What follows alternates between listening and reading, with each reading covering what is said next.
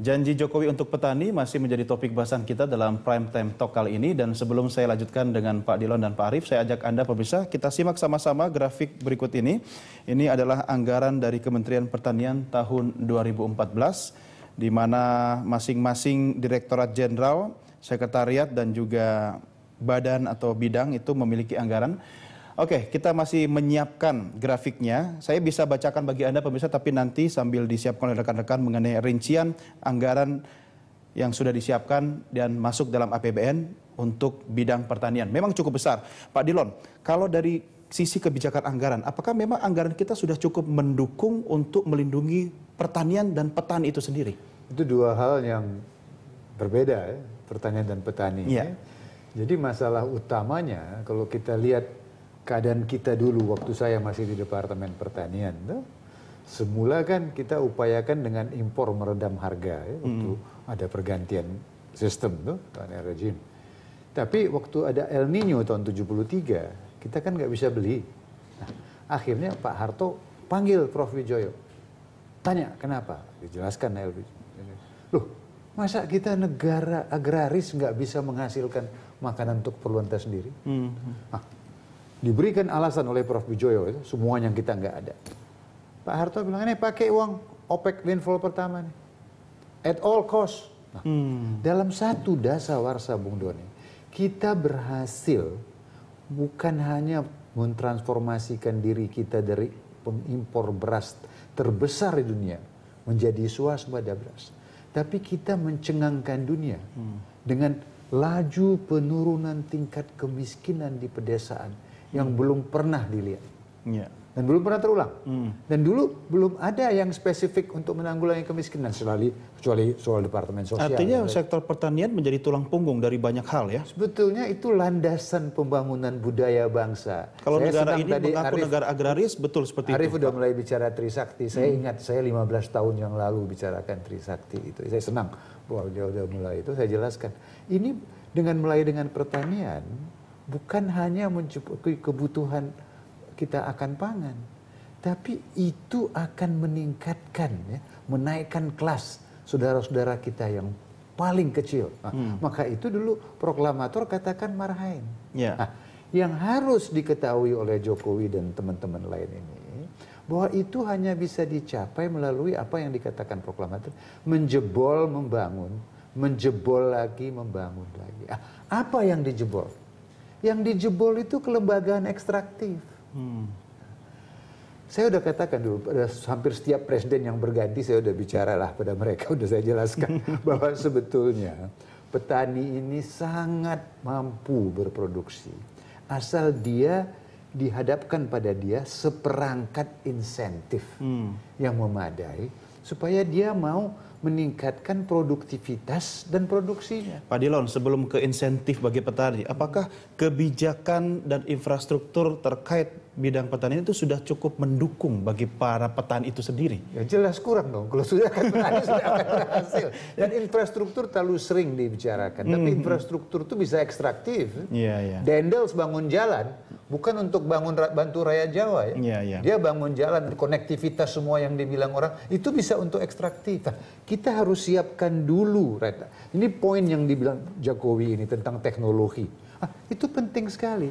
Teknologi itu, Bung Doni, hanya bisa kita ciptakan kalau kita mampu mengadakan diskursus setara dengan petani untuk menemukan kendala yang menghadang dia dari kacamata dia.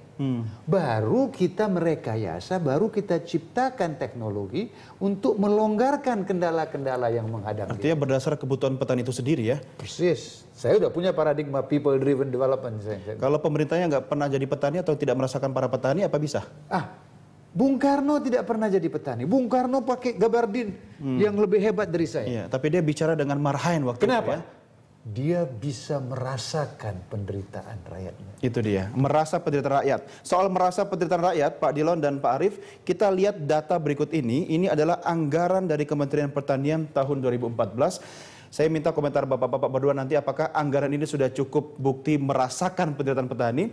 Dari Sekretariat Jenderal sendiri anggarannya 796 miliar rupiah. Kemudian ada tata usaha dan seterusnya. Dari Direktorat Jenderal Tanaman Pangan, ini 2,5 triliun. Ini adalah anggaran yang paling besar untuk Ditjen Tanaman Pangan. Sementara hortikultura itu hanya sebesar 446 miliar rupiah. Kemudian kita lihat dari Direktorat Jenderal yang lain, pemirsa, ini perkebunan, ini juga tinggi, 1,4 triliun. Kemudian peternakan dan kesehatan hewan tinggi juga 1,6 triliun. Direktorat Jenderal Pengolahan dan Pemasaran Hasil Pertanian, nah ini pasca ya, setelah itu kemudian ini anggarannya cuma 453 miliar, dan Direktorat Jenderal Prasarana dan Sarana Pertanian ini angkanya adalah 641 miliar rupiah. Ini adalah APBN semua. Kita lihat lagi data berikutnya. Untuk Litbang atau Badan Penelitian dan Pengembangan Pertanian, kalau menurut saya ini sangat kecil Pak Dilon, Pak Arief, ini cuma 518 miliar rupiah. Jadi buat riset dan seterusnya. Badan Penyuluhan dan Pengembangan SDM Pertanian ini lebih kecil lagi, 225 miliar. Penyuluh pertanian mungkin di sini budgetnya ya, masuk di sini ya. Dan Badan Ketahanan Pangan dari Kementerian Pertanian itu angkanya adalah 341 miliar rupiah.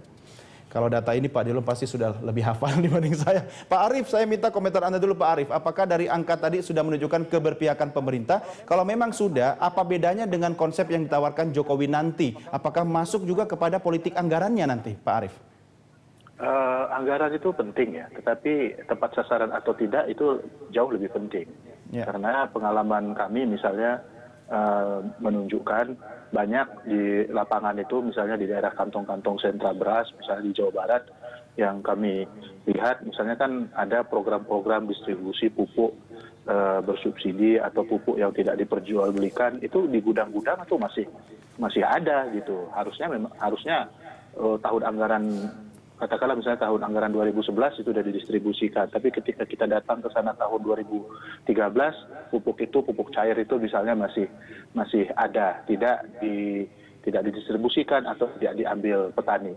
Artinya apa yang seperti yang disampaikan oleh Pak Dilon tadi, program-program yang dikembangkan oleh Kementerian Pertanian itu apakah memang sudah sesuai dengan kebutuhan petani atau tidak, atau hanya sekedar untuk mengada-adakan proyek, sehingga ketika proyek diadakan petani merasa misalnya soal pupuk, katakanlah misalnya salah satu jenis pupuk cair, mereka nggak merasa butuh, mereka lebih butuh misalnya pupuk yang biasa-biasa saja seperti halnya NPK ataupun urea. Karena menghadapi satu introdusir teknologi yang baru itu kan perlu waktu untuk melakukan proses adaptasi gitu.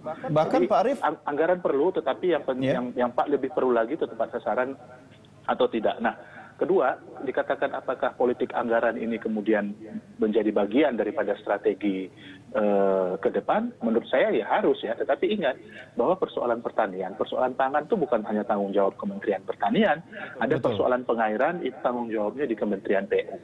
Ada persoalan teknologi, misalnya pasca panen, kita harus bekerja sama misalnya dengan badan riset yang lain, badan pengkajian penerapan teknologi, atau dengan Kementerian Perindustrian. Ada persoalan pemasaran produk, misalnya itu juga terkait dengan Kementerian Perdagangan. Ada persoalan infrastruktur pertanian.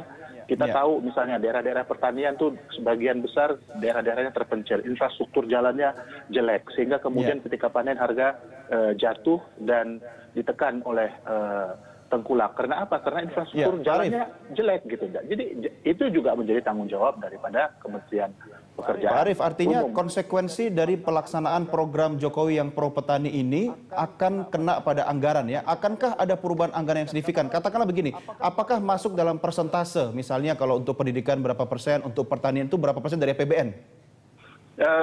Saya rasa tidak seperti itu, tetapi pertanian akan kita jadikan mainstreaming ya bagi kebijakan pembangunan di Indonesia. Karena kalau kita berbicara mengenai pertanian, maka kita berbicara mengenai perdesaan, kita berbicara mengenai industrialisasi perdesaan, maka kemudian secara tidak langsung kita berbicara dengan penanggulangan kemiskinan.